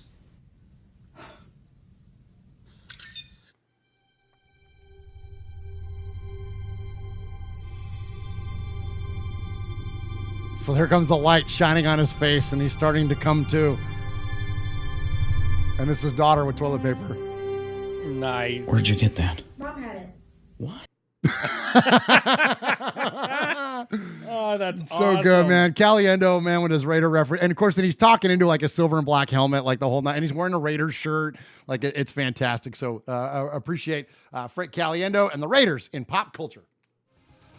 Hey, this is Pete Koch, former Los Angeles Raider. Yeah, back in the old days, baby. And you're listening to Murph and Uncle Mosh, who happens to have the same hair as me. Check it out, Raiders Fan Radio. So Aaron says, no one mentioned Pamela Anderson. Yeah, she was, well, that wasn't like first for me. Well, because I'm an old enough guy. That wasn't early for me. That was a later one. But Yeah. I always thought, and she's kind of a crazy person now, but Jenny McCarthy was way hotter, I thought, than Pamela Anderson. Yeah, no, I'm with you. And someone mentioned Jennifer Love Hewitt. That was the Party of Five girl, right? Yeah. Like, yeah, I kind of remember that. That was back in the 90210, 90210 days. The 90210 crew, none of them were really got old Murph riled up by anyway. You know what I mean? Like that wasn't a real, I'm with you. Yeah, that wasn't any kind of, yeah. But who else we got in there? Shout them out. Shout out the we got the Raider chat room Ramon, there. Raider Born Rico, Carl Rogers, Kevin the Raider Nerd, Mojo's Pod Show, Lorenzo, Pillaging Podcast folks are in here, Simone Raider, Cody just had to leave just a minute ago, Full Metal Mexican, Aaron the Q-Dog Raider, we got everyone. Nice. Appreciate everyone joining us live in the chat room, and I apologize for talking about being riled up. That was weird. All right, so. Not as weird as what you said earlier in the show. Which one? Oh, yeah, okay. Yeah. All right, so how's this for a transition into Easter? I know, right? Lord have mercy. I'm gonna, you know what? I'm gonna do an awful lot of repenting and praying after this one, after this episode. But this is interesting. So Derek Carr, we talked a little bit ago about how he seems to be reinvigorated, at least via social media and whatnot. He came out with it. Look, one of the things that is undeniably cool about Derek, and we will always say to the very end, well past even his playing career, his dedication to his family, from what is seemingly how he is as a father and a husband and a man of faith and all that. Like, there's no not respecting that. That stuff leads with him, and the things that I am ever thankful for about him being our quarterback. He's a great role model, and I love that my kids love him. Like, he's great in those terms. So when this past Sunday on Easter, he basically delivered a service on his YouTube channel where he sat at his table and he read out of the Bible and he sent a message. And it was really cool, man. And, and as a man of faith myself, and you are as well. And yeah. Not ashamed of our faith in Christ and our walk. I mean, and again, on the heels of talking about some silly stuff, but still but that's the core of what we are. Yes. And so that part of Derek, I'm very, appreciative of that. And even if your faith doesn't align necessarily with his, I think just knowing who he is as a person, he's easy to root for. Now, obviously the counter to that is, well, yeah, but I'm a fan of this team and I just want to see him win games. Look, I get that too. And so this is not me giving him a free pass because he's a nice fella. But when you see things like this, I think that it's a nice representation of him as a man. So anyways, but here's what's interesting about this, though, is that this was about an hour-long, quote, service, and he, for a couple minutes, talks about distractions. And tell me, Jeff, and chat room, what do you guys think? I feel like he's almost giving you a window into himself here. This is not just him giving a message. I feel like there's a little bit of something else going on internally here. Tell me what you guys think. Stop letting negative and hopeless people have any effect or say in your life. Stop letting them have any effect on the way you do business, on the way that you think, on the way that you pray, on the way that you worship. Get rid of the distractions. Get rid of all of those things, right? I think it's just it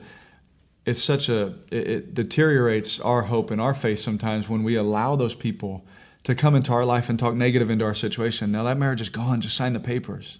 Dang, now I'm in my private time. Is that marriage over? Should I sign those papers? I love this person. Sometimes it may be the closest people to you. Sometimes it may be the closest people giving you a word that doesn't align with his word.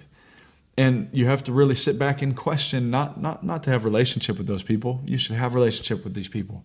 But to let them have effect on those words that they're saying, to let them affect you or make you make a decision any type of way, I think that's wrong.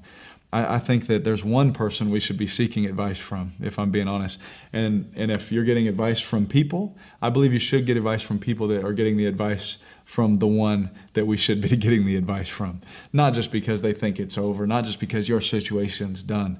And I'm not here to tell you to continue to go for certain goal A, B, or C. That's between you and God. I don't know what your situation is. What I am here to say is don't let these negative, hopeless people that want to laugh at your situation or want to laugh at Jesus in your face, don't let them have any say in your life anymore.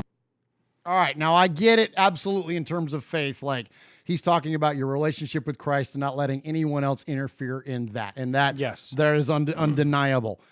But in the earlier parts of that, Jeff, he's talking about letting people be distractions. And do you get the same feeling like I do? Like he's almost professing self a little bit there. Well, you know what? And first off, let me say he spoke a lot of truth. I love listening to him minister to people. Yeah. He's an amazing preacher. He really is. It sounded kind of like he was talking to himself. It sounded like he was talking to himself. I don't really think it's any kind of self-righteous thing or anything like that. But no, it doesn't come across arrogant. No, at it doesn't all. come across arrogant. But it sounded like he was kind of talking himself off of that ledge because he gets all the hate. You know what I mean? Yeah, he does. And so so I don't know. Yeah, I mean, he sounded like he was just talking to himself. Yeah, I got that sense too. Chat room, tell us what you think there.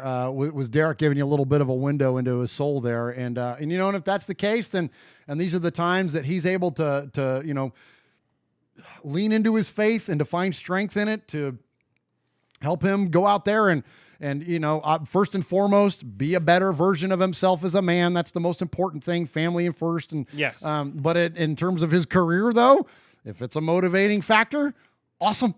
Like if that makes you be a better quarterback, yes, awesome. And I think that even people that don't have, again, if your faith doesn't line up, or you're not sure what your faith even is, or whatever case may be, even people that don't have that same view or vision, I think can at least buy into that idea of, well, if this is going to make him better, then cool. Yeah. Because whatever it is, whatever it takes, then cool, right? Because at that point, you just want to see the on-field performance improve, right? So, yeah, absolutely. So good stuff there. All right, so we can't do anything around here without taking a jab and being silly, right, Jeff? Well, yeah. Okay, so we do this segment. We hadn't done this one in a while. We call it tailgating too much, and that's when we take a line of dialogue or something or someone's comments, and we put it through the RFR machine here, and it sounds like they've had a little bit too much to drink. Sounds like they've partaken a little bit, if you will. Nice. Yeah. So we haven't done this for a while. And we get requests for it all the time. Well, I'm gonna pick on Derek a little bit. We've all been through this. We've all been through the tailgating too much,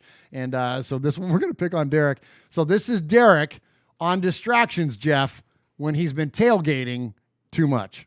Stop letting negative and hopeless people have any effect or say in your life. Stop letting them have any effect on the way you do business, on the way that you think, on the way that you pray, on the way that you worship. Get rid of the distractions. That's a weird deal going on there. I don't know what's happening. Oh gosh. My favorite when you go, I gotta stop letting have any effect or say in your life. This one coming up right here. Stop letting them have any effect on the way you do business, on the way that you think. Oh my God! On the way that you pray, on the way that you worship. Get rid of the distractions. Oh my gosh! Oh my it's gosh. so funny. So good. That's what Derek Carr sounds like when he's been tailgating too Well, much. yeah. All right, Swaggo, let's get into Sea of Fans. There he is, fading, looking. He's under the gun. He's tied, he throws. It is.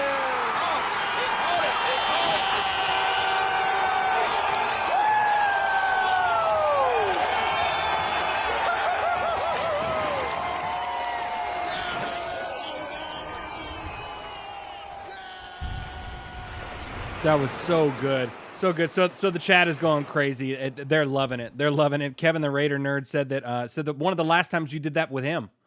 Oh yeah, that's right. Yeah, we sure did. Yeah, a lot of us have been through it, man. Absolutely. Yeah, but we got 24 karat Kevin there, Simone Raider, Aaron the Q Dog Raider, Raider Born Rico, Carl Rogers, Raider Ramon, Kevin the Raider nerd, Grimy Raider, 24 karat Kev.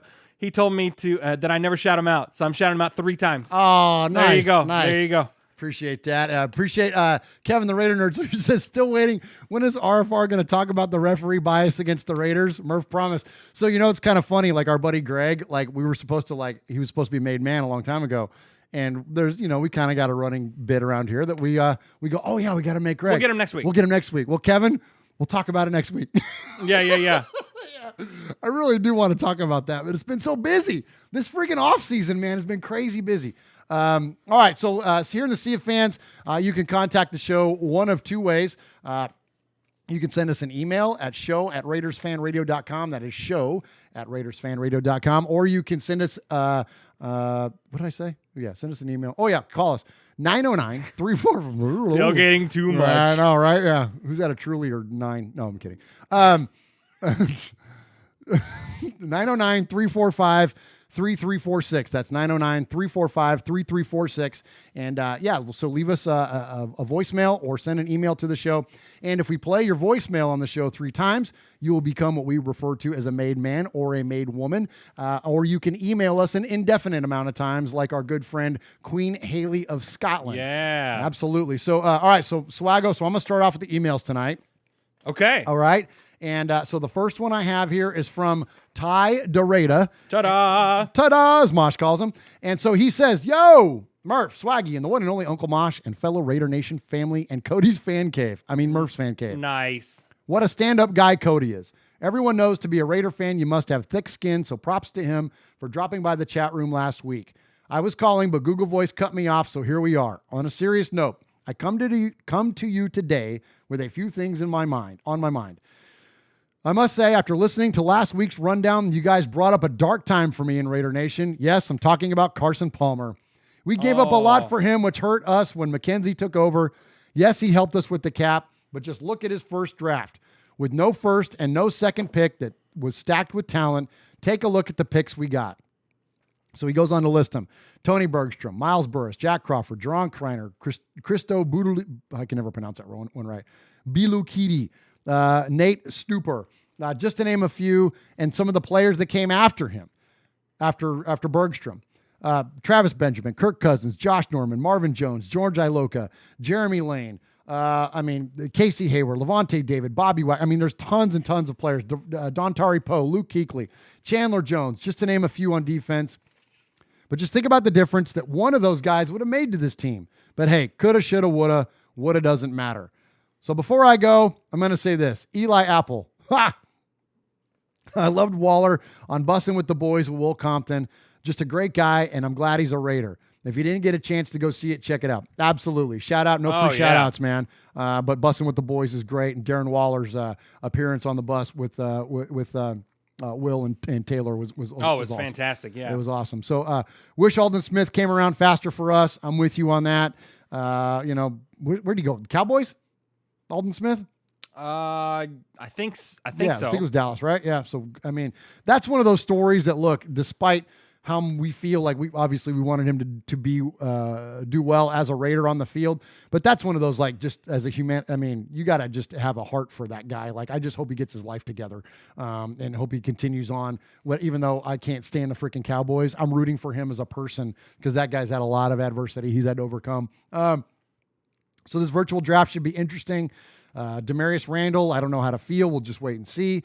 Also, I feel like out of all the wide receivers in the draft, Jerry Jeudy might be too immature with decision making. You're going to hear a little bit more on that later. Yeah. Ruggs would be great if CD isn't there. My sleeper pick is Antonio Gandy Golden. Remember I said that. All love and respect. Ty Derrida. P.S. I hate the Chiefs. Nice. Nice job, Ty. Nice. Good job, brother. All right, Swaggo, what you got? Yeah, I got an email too. So we don't have an email from Paul this week, right? No, I got Paul. Oh, you got Paul. Yeah, okay, I don't sorry. think I You got didn't it all write the it on way the up, rundown. yeah. You didn't write it on the rundown. No, Sorry, Paul. I was slacking. Sorry, Paul. Yeah. Okay, so I got an email. Big Mike here. Hey, but there's only one way to say that. Big Mike. Big Mike. Just stopping by to say great show this past Wednesday, and I wanted to take time to find out how you felt about drafting some linemen early in the draft rather than later. I think we need some youth in our O-line, after receiver, of course. I'm cool with trading out a 19 if it gives us 2 number 2s and a late pick. I would love to see some pass rush on the D to help out with our secondary and some better pass blocking on our O-line. That way, we might let our quarterback, whoever it is, have the extra split second to set his feet and throw a ball. Of course, this is all predicated on getting into the second with a few picks as mentioned above. Anyway, I just wanted to let you know that your show means a lot to me and gives me something to look forward to on Wednesday nights when the family is asleep and the dishes are done. Take care, guys. Longtime listener, new participant, Big Mike, one-time Sizzler Award winner and made man in training. Awesome, man. Yeah, I think I sizzled him last time. Yes, you did. Yeah, I don't have that responsibility often, but when I do, Big Mike is in the running. Well, that's what in the works tonight, because with Uncle Mosh being absent, Swaggo is going to award the Sizzler, and that goes to our best caller or emailer of the week. And hey, speaking of that, I mentioned that treasure chest that Raider Jeff is going to, well, one of the 19 Raider Jeffs from formerly of Dead Pirate Sports is going to send us. I think we'll give out some stuff for winning Sizzlers. Why not? Like, why not? Like, if you win a Sizzler, like, we'll send you a box of goodies. So anyway, so keep them coming. All right, the last email of the night, of course. Well, hey, listen, let's make it official, man. Let's make it official. Yeah. Paul! Paul! Paul! Paul! Paul. Paul. Paul! Paul? Paul! Paul! Paul. Paul! Paul. Paul! Paul. Paul! Claude! Claude! Claude! Paul. Paul! Paul! Paul!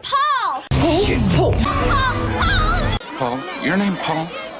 Paul. Hello. Paul. I met him with Paul. Who? Paul. Paul. Yes, Paul. Paul's not here. Hey, Paul. Paul. Hi. I'm Paul. Paul. Evening, everyone. Hope all is well and hope you're all safe. So it's about the draft now. We're getting closer, and in just over a week's time, we'll all be switching from predictions to reactions. We all know our main areas of need and have our wish lists, but the reality is that it's so unpredictable, none of us know what will happen. I just hope we sign the players that fit the team rather than star names for headlines.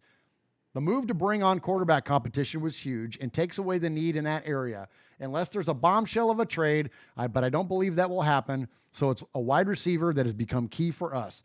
Personally, I'd like to see us use both first-round picks at 12 and 19 on receivers. Oh. It's been a thought out there. It would be a crazy cool if we could get 2 out of Lamb, Jeudy, and Ruggs, but I think one of them plus another from a lower round is more likely. I do too. Maybe someone like Chase Claypool from Notre Dame. Raider Cody convinced me about him recently. If we decide to go with just one wide receiver at 12, I'd like us to get another linebacker at 19. Patrick Queen or Kenneth Murray, please, Santa. That's interesting, because when we signed Littleton and Kwiatkowski, kind of the idea of us of drafting a linebacker in the first round kind of went out the window. Plus, we know that there's been a challenge with first round linebackers in terms of value, anyways. But I have still heard this a lot from people, and that's very interesting. So good on you there, Paul, for at least bringing that up.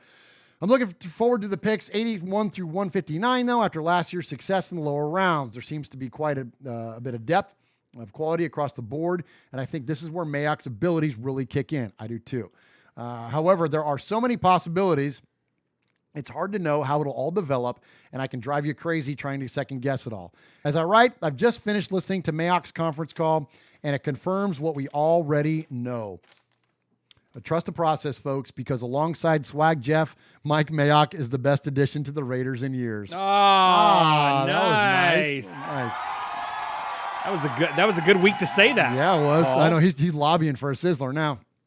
I know the best coverage for the day will be with RFR and Mojo's Pod Show, so I'll certainly be getting involved with the RFR Rundown and RFR Live, and I'll do my very best to be with everybody on Mojo's Pod Show if the time difference doesn't get in the way. I'm starting to get nervous now. I'm like a kid on Christmas morning. Finally, this week I claimed a Victory Monday. This was great. I claimed a Victory Monday this weekend after watching the playback of Super Bowl 11 on the Raiders website. A masterful, dominating performance by the guys. A real treat to watch. There will be more Victory Mondays claimed in the coming weeks as I watch Super Bowl 15 and 18 as well. I'll claim anything for the Raiders and have absolutely no shame whatsoever. Love and best wishes to the RFR family. Stay safe, everybody. Love you, Raider Nation. His Lordship, Paul Edgerton, Shropshire, Mississippi, Polly Award winner 2019, BRT Sizzler scorekeeper, proud made man, and now four-time winner of the Raiders Fan Radio BRT Sizzler Award. Oh, wait, Paul. Go, Paul. Good stuff there from Paul. All right, so appreciate that. So if you want to email the show, you can do that, show@RaidersFanRadio.com, like our good friends Ty, Big Mike, and Paul. Yeah. So the other way you can get in touch with us is by calling us, 909-345-3346. That's 909-345-3346. Leave a message, and if we play it 3 times here on the show, you become a made man or a made woman. And that crew, Swaggo, needs a captain, right? Every crew needs a captain. And so we call him the Capo. He is the one and only, the unmatched Aaron, the Q-Dog Raider. Greetings, Don Murph, Consigliere Moss, Underboss Sonny, Sergeant at Arms, the Big Raider Trucker, Sizzle Baby Sizzle, Mojo from the Pod Show, Raider Ramon, Swag Jeff, Nation. I had a completely different phone call in order for this week, but I'm scrapping a lot of that in order to get to a bigger point. I mean, earlier in this previous call, which shall be deleted hopefully, that I had mentioned something about the point differential for our 2019 defense being a negative 106 and staying on the field way too much, blah, blah, yada, yada, and the Raiders coming in 24th and scoring offense. And a lot of that has to do with the point that I'm trying to make.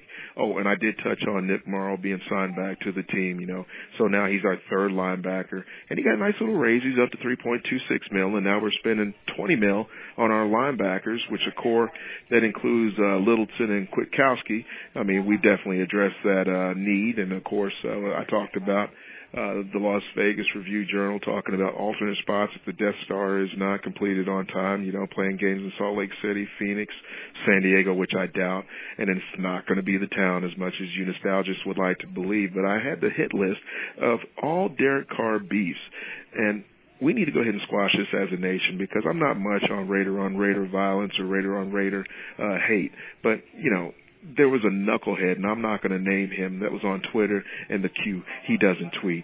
But I have to address this. I mean, you know, I belong to a faction that believes it's all about the team just win, commitment to excellence, and it's not Carr, go Carr. I don't care anything about his individual stats. He's 0 for 6 taking us to the playoffs. That says everything I need to know. But those of us that sit at the table for RFR, we've never personally attacked Carr. I mean, he's a good man, he's a solid Christian, and he's a really good quarterback. I was elated when we got him. But the thing is, I mean, you know, he's like a 6-year-old car, literally. There's no new car smell. It doesn't get you where you need to go as quickly as it needs to, and it doesn't corner the way that it used to. Nice. And you know what? It often doesn't break, and sometimes when it does break, it costs you a touchback. But let's go ahead and put it to bed. One nation, I'm behind him until Mariota's ready. Now, I want to go ahead and give my respect to everybody. This goes out to the made men and, of course, Haley from Scotland. And everybody take care. That's all I got this week. We're 8 days away from the draft, baby. Rue. Oh, man, he's the Brought best. the fire, man. Yeah, there's a reason he's the Capo around here. So Well, great yeah. job, Aaron. We appreciate that.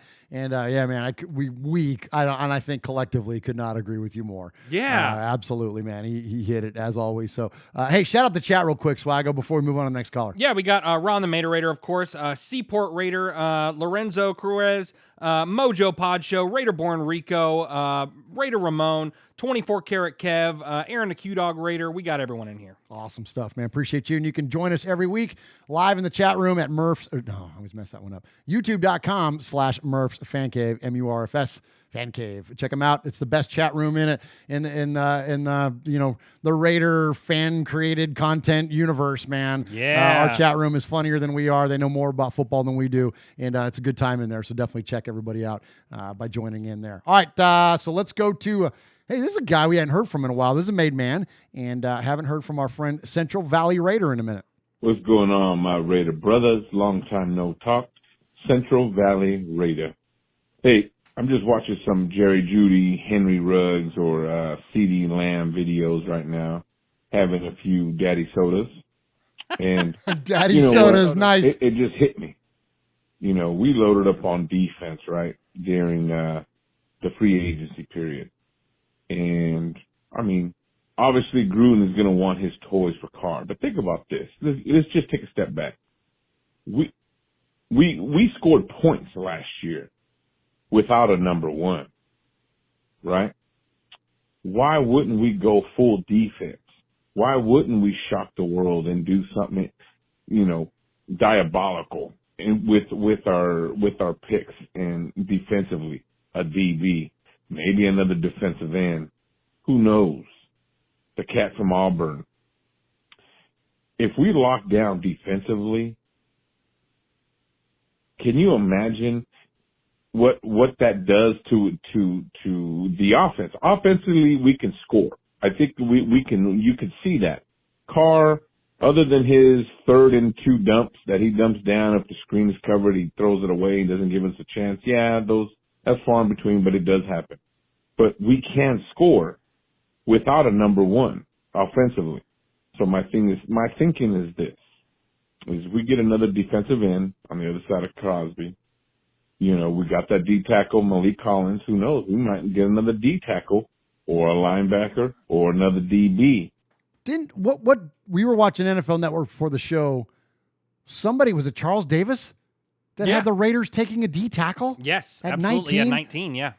This is what, going back to last week when we were talking about how the Raiders will throw a curveball. Everyone gets locked into wide receiver, cornerback, whatever. You watch them do something like that, man. Yep. Where it's like, whoa, what is that? And everyone will freak out. You know what I mean? But it's there are some experts like Charles Davis, who's highly trusted in terms of his, analysis of this stuff, has the Raiders taking a D tackle. So, wow. Great point there, Central Valley.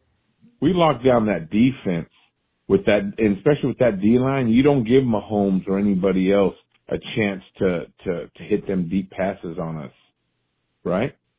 So then you leave it up to our running back, our offense, dink and dunk, kill the clock.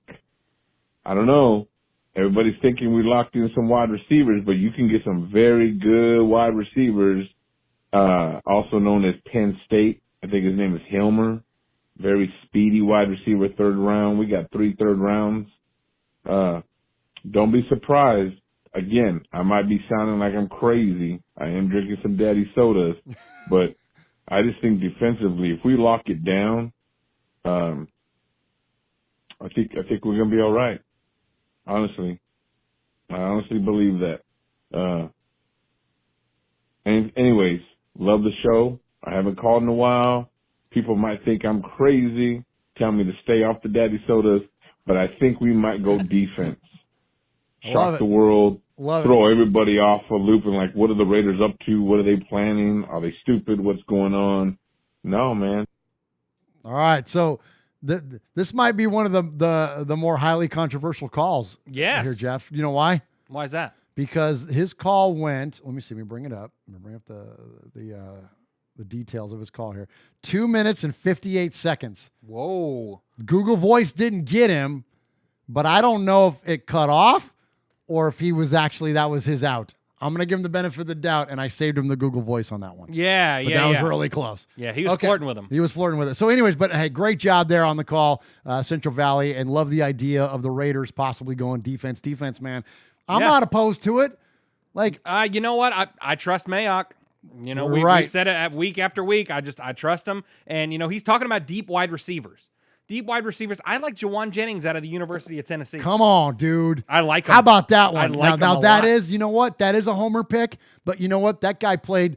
his high school football like 2 minutes from here. 2 minutes from the fan cave. Absolutely. And, and a few years ago, caught the Hail Mary pass at the end of the game that sealed a win for Tennessee in Athens, Georgia.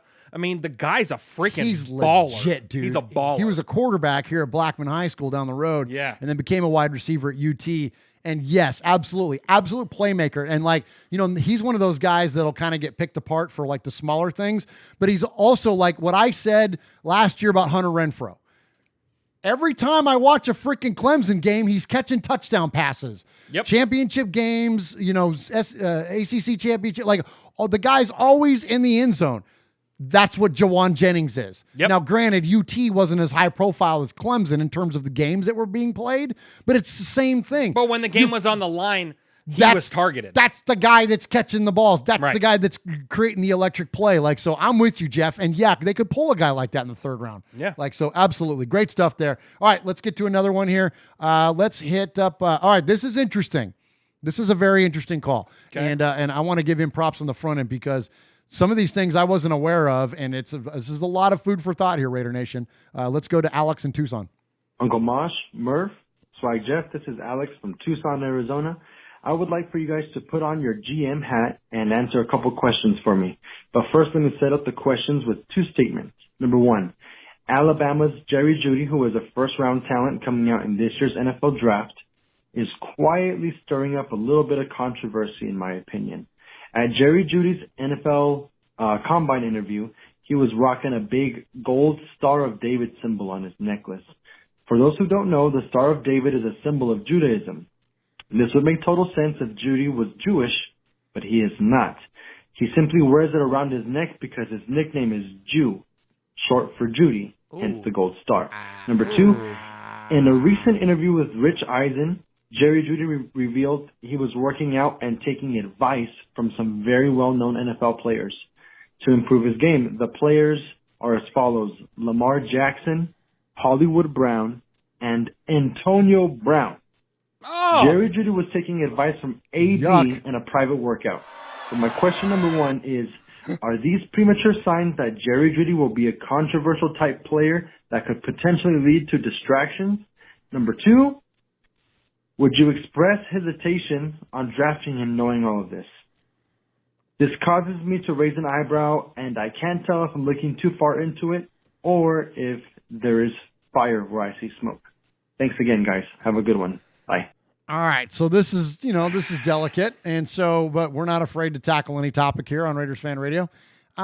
Jeff, I think that so he asked, so we'll keep it within the context of his question. He asked us to put on our GM hats, and would I have any reservations about drafting a player like that? My answer would be yes, because do I think it's character concerns? Not necessarily. Do I think it's a lack of self-awareness? Yes. And I think that that's a very important thing, especially when you're talking about a young man coming into the league that's going to be exposed to a lot of distractions, right? Quote, distractions. A lot of money, a lot of opportunity, a lot of things are going to be coming at him. And if you have a lack of self-awareness, that's not a good setup. Now, I don't know Jerry Jeudy. I don't know who he is as a person, as a young man. I don't know. So I don't want to comment on his character, but I will say this, that if what you're saying, Alex, in your message is true, that demonstrates a severe lack of awareness and insensitivity. And do I want that in my locker room? Do I want somebody that's taking advisement from Antonio Brown in my locker room? No. An emphatic no. Hell no. Right. Yeah, absolutely. Yeah. 24 Karat Kev says that anyone that's been tainted by the clown is a no-go. There you go. You know what I mean? Yeah. Yeah. I don't like that. I don't like it. I don't like it. You know, getting advice from a joker like that. You know, yes, granted, he's an excellent wide receiver, so I get it on that aspect. But don't be messing around. There's plenty of other people you can call and get advice from as one of the elite top wide receivers coming into a draft. And I don't know. How about him? I mean, and granted, I know we got our own issues with him, but how about your buddy Amari Cooper? Yeah. Like, no one's closer to like the same position that Jeudy is in as what Cooper was in. Why don't you call Julio Jones? There you go. You know what I mean? Call one of your other alumni. Don't call that jackass. Yeah, I'm with you. Yeah, so that's interesting. And then the Star of David thing, I don't. That's the part.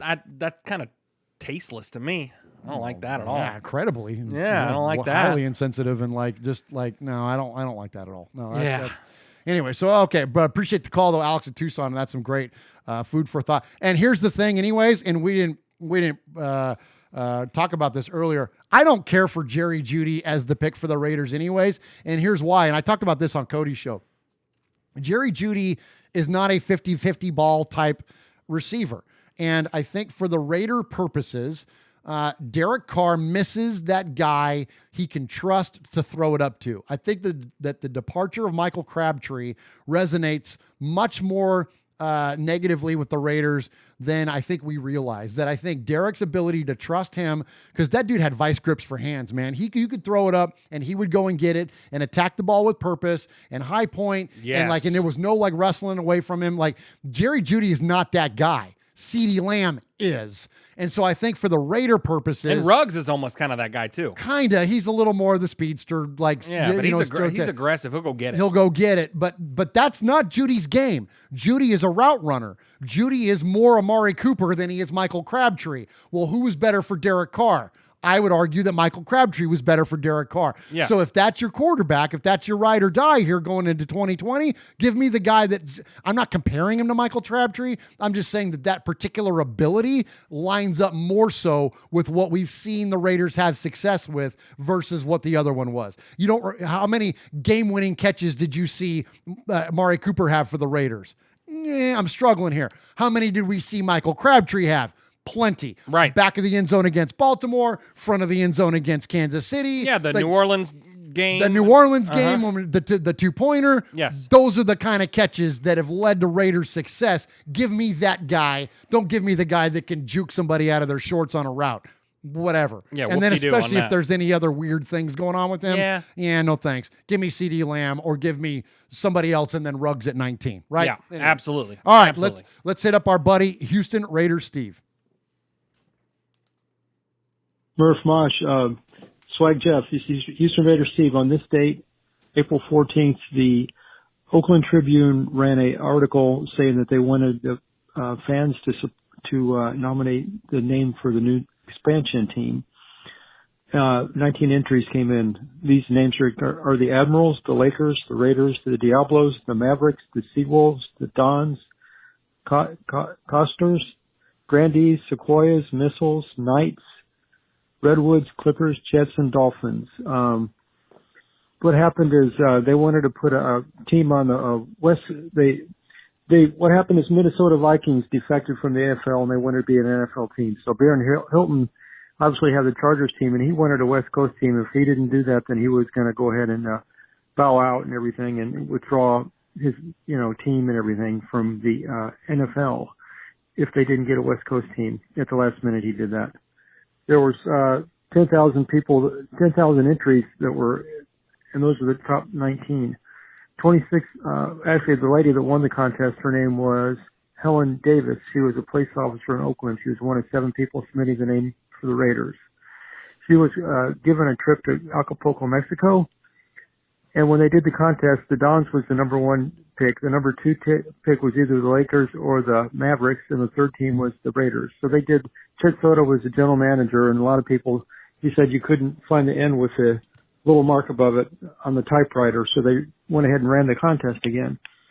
26 people picked the Raiders as their winning. This person by Kendra Martin was the more compelling letter, and that was the one submitted. They said it had to be the Raiders because our team and our supporters must be fired and inspired.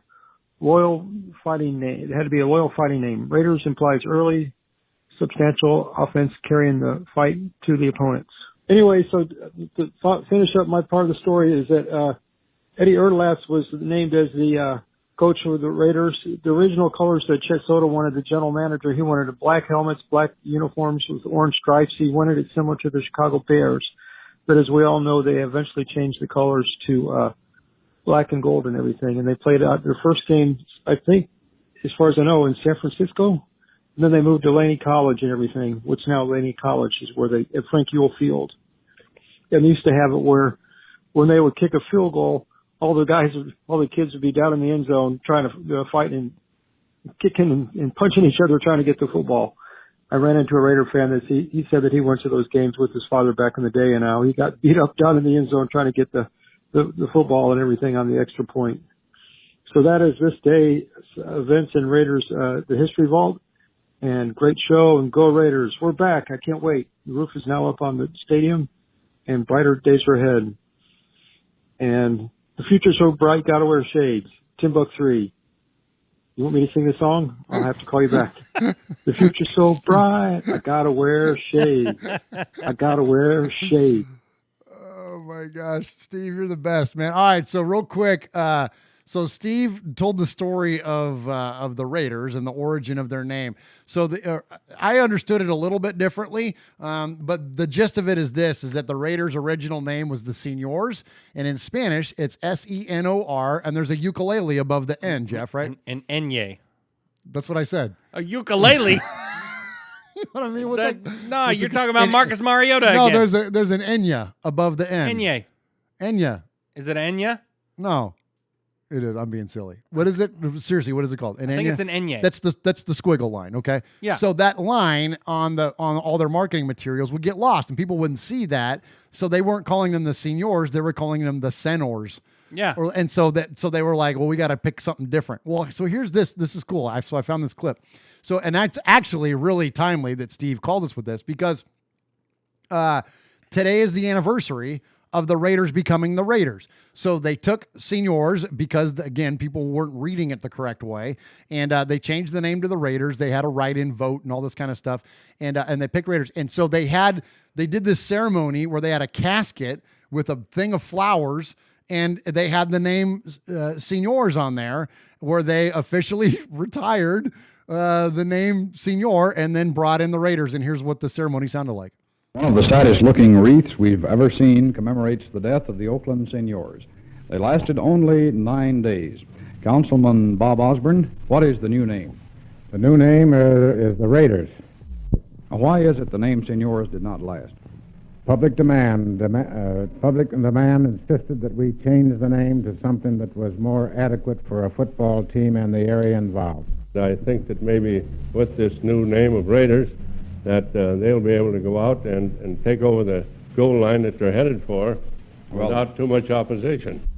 All right, so there you go. That's so cool. That's so cool, man. So there you go. So that's when the Raiders officially became the Raiders. All right, so they're killing me in the chat because you guys know I'm not afraid of wearing Crocs around here.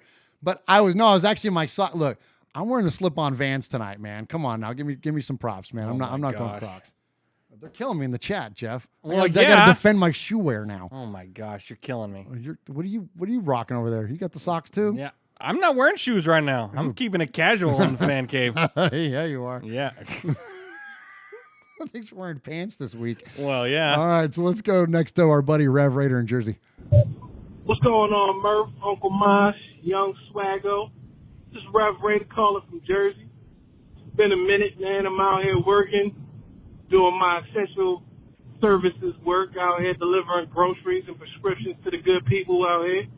You know, also being called a conspiracy theorist, you know, just for giving people facts and giving them perspective. But you can only lead a horse to water, you know. But just finished listening to episode 163, enjoying it, you know. Uncle Mosh, it's Mr. Hanky the Christmas poop. And also to Paul, I would say this to your family. A grown man has knowledge of self and knows how to get himself there a little bit faster. We're getting too old to do marathons, you know? But finished also listening to Mike Mayock's conference call. You know, I just love how he instills confidence in what he's doing, you know, and all the stuff he just makes you trust him, and I love that about him. You know, he's gonna give you a little bit to get you excited, but not enough to tip his hand, you know, which is dope. And I'm definitely excited about what he's gonna do with the draft. You know, I feel what you guys are saying with Henry Ruggs, but I'm still a CD Lamb man. You know, I just feel like there's something in that dude, like the way he breaks tackles, he goes hard. You know, plus I would definitely like to see an Oklahoma sweep from us in the first round if we moved like that, you know. Because I'd like to see us pick up CeeDee Lamb as well as Kenneth Murray. I know a lot of people want a cornerback, but even Mike Mayock talked about that, you know. And he was saying we still got young talent that we're still trying to see where they're at. Of course, we'll probably pick up another cornerback in the draft, but looking at Kenneth Murray and what his background is and what they've said about him, saying like he's an alpha male type player, you know, and with his background, with his siblings and everything, he's probably going to be one of those foundational players that we like. But that's all I got, you know, on the back end. Tell DeAndre Washington he's dead to me, you know, and I'm sick of seeing daggone Kansas City games on NFL Network every time I turn it on. Man. Get it off of there. Yes. That's all I got. Love the show as always. Peace. All right. First off, much respect to him for being an essential employee, and so many of you are out there. Big Raider Trucker, people like Swaggo, Ron's wife, Aaron the Q-Dog Raider. So many people that we know are essential workers and have to show up every single day and do what they do and are putting themselves out there on the front line during this crazy time. So appreciate you. Much respect, first and foremost. And then on the sillier side of things, the chat is killing us over not wearing shoes. I love it. Raider Godzilla says the fan cave smells like popcorn. Well, yeah. Yeah. And then Raider Ramon said that you smell like 2-day-old soggy carpet. That's hilarious, man. I love it. It's so funny. I love it when you guys make fun of us. All right, Swaggo, who do we got for Sizzler? Yeah, so we started off with some emails. We started off with Ta-da, Raider. We started off, and he just hates Carson Palmer. Well, you guys sharing that, don't you? He had a great email, but you know what? All I heard was F Carson Palmer. Yeah. That's really all I heard, because I hate that guy on a real level. Yeah, you do. On a real level. Yeah, like past fandom. Oh, yeah, no, like him as a guy. Like, I just don't like that guy. Hey, it's on site with him, as the kids say. You'd throw hands. Oh, in a second. Yeah. In a second. Yeah. Absolutely. Absolutely. And then we had Big Mike. Big Mike shot us an email and told us we need O-line help. And hey, brother, email us a couple more times. You're going to get made. Who's that? Big Mike. Oh, Big Mike. Yeah. What? Yeah. Oh, wait a minute. Because he called too, huh? Has he called? Yeah, I think so. Yeah, you're well on your way, Mike. Yeah, he's almost there. You're right there. Reach out like a time or two more, and it's on. Yeah. And then we had Central Valley Raider who was talking wide receivers. No, he wasn't. He was talking about all defense, baby. Yes. Drinking some daddy sodas. Oh, nice one. Daddy sodas, absolutely. Alex in Tucson talking about the Jerry Jeudy controversy, the Star of David. Interesting. And hanging out with Antonio Brown. I don't like that. I don't like it. Houston Raider Steve, who gave us a great insight on the change of the name from the Seniors to the Raiders, and he's singing again, which is great. And then Rev Raider, talking about Mr. Hanky the Christmas poo to Uncle Mosh and is excited about the draft, and it's all about those Oklahoma boys, CeeDee Lamb and Kenneth Murray. Nice. But this week's Sizzler is going to a man who said besides Swag Jeff, Mike Mayock is the best ever. The Sizzler Award, again, is going to our buddy Paul. Whoa! Back to back. Sizzler. Absolutely. That's back-to-back, isn't it? That's back-to-back, so you know what He's that on a means. roll. Yeah, and so we got to give him his due, man. Paul. Paul,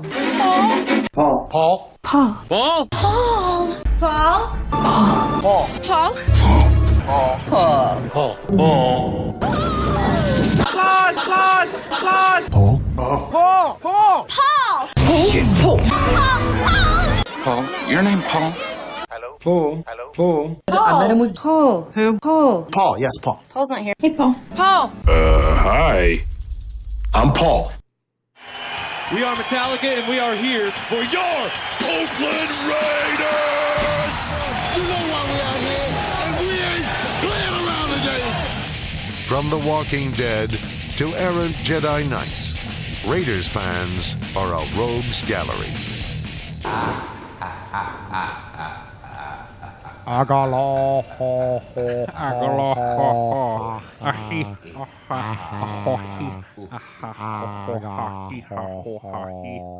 Appreciate the chat room tonight. Appreciate everybody joining us live here for RFR Live on the Murph's Fan Cave Podcast Network. That is youtube.com/Murph's Fan Cave. And so please help us support the Stabler XOXO Foundation. Yes. Upcoming soon. We're going to have lots of information coming to you on that. And so we'll let you know how that looks. Yes. And then also check in with us for next week when we do all kinds of cool draft stuff. Spend your Thursday with us here in the Fan Cave. Why not? Why not? You're gonna spend it in the morning in the Fan Cave and then go to the Mojo Pod Show Network and watch the draft with us. Absolutely, man. We're going to have an absolute blast. Celebrate it. You know, look, we're in some crazy times and we're all looking for ways to stay connected. And so look to us and to Mojo's channel for ways to stay connected with Raider Nation, man. And thank you to all of you that have joined us tonight. Swaggo, let's go ahead and shout out the chat room. So check us out, Murph's Fan Cave on any podcast service, youtube.com/Murph's Fan Cave. Thank you to all of you each and every week that support us, that rate us, that subscribe to us, that retweet us, all that stuff. We appreciate you. We love you. And have a great night. Swaggo, take us home. Yes, absolutely. Congratulations to Paul from Shropshire for another Sizzler Award. You are the man, brother. We got everyone in the chat here. We got the Big Easy, Carl Rogers, Aaron the Q-Dog Raider, Full Metal Mexican, Raider Ramon, Fabricator Gil, 24 Karat Kev. We got the whole gang in here. Thank you so much for listening and tuning in for another episode of Raiders Fan Radio, episode number 164. Don't forget, tune in to Raiders Fan Radio where you get a lighter side journey into the dark side. And remember, everybody, what happens in Vegas started in Oakland. Good night, everybody. Good night, YouTube. Good night, YouTube.